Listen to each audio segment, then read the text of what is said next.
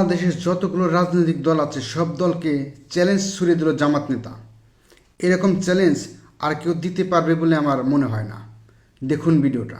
Challenge দিলাম জাতীয় পার্টিকে, চ্যালেঞ্জ দিলাম আওয়ামী লীগকে, চ্যালেঞ্জ দিলাম বিএনপিকে। কোন দলের নেতা এই সাহস নিয়ে বলতে পারবেন জামাত ইসলামীর আমির ডক্টর শফিকুর রহমান আপনাদের মনে আছে ঐতিহাসিক সরোয়ার্দী উদ্যানের বিশাল জাতীয় সমাবেশে বক্তৃতা করেছিলেন, খেয়াল আছে? অনেকে গিয়েছেন, অনেকে দেখেছেন টেলিভিশনে। বক্তৃতা করতে গিয়ে উনি অসুস্থ হয়ে 2 বার পড়ে গিয়েছিলেন, মনে আছে? বসে পড়ে কিছুক্ষণ আবার তিনি বক্তৃতা করেছিলেন। সেই বক্তব্য এখনো কিন্তু গণমাধ্যমে আছে। সেখানে তিনি বলেছিলেন দলের নেতা হিসাবে, সেই কথাটা আমি সব দলের নেতাদেরকে আজকে শুনতে বলবো, সাহস থাকলে সেই চ্যালেঞ্জ গ্রহণ করুন।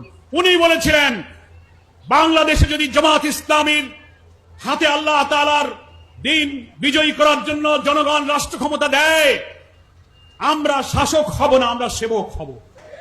তিনি বলেছিলেন নির্বাচিত জামাতের কোন এমপি মন্ত্রীরা সরকারের কোন ট্যাক্স ফ্রি গাড়ি, সরকারের কোন প্লট ফ্ল্যাট কোনো কিছু গ্রহণ করবে না। অন্য দলের লোকেরা এই কথা বলতে পারবে না, কারণ বলবে যে এই যদি না নিলে আপনি ভোট করে লাভ কি? যে জন্য করলাম তাই তো হইল না।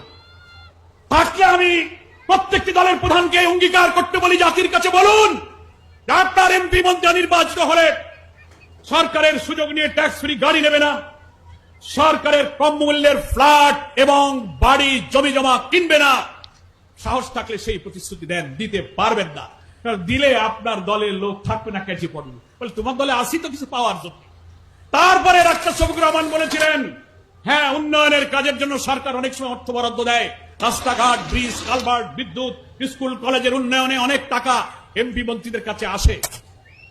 আমাদের আমির সাহেব বলেছিলেন সেই টাকা উন্নয়নের জন্য যাবে, তবে জামাতের এমপিরা, জামাতের মন্ত্রী উন্নয়নের যে টাকা পাবে তারা সেই উন্নয়নের জন্য সেই এলাকায় কত টাকা পেয়েছে সেই কাজ করবে, কাজ শেষে তার হিসাব সেই এলাকার জনগণের কাছে পেশ করতে হবে।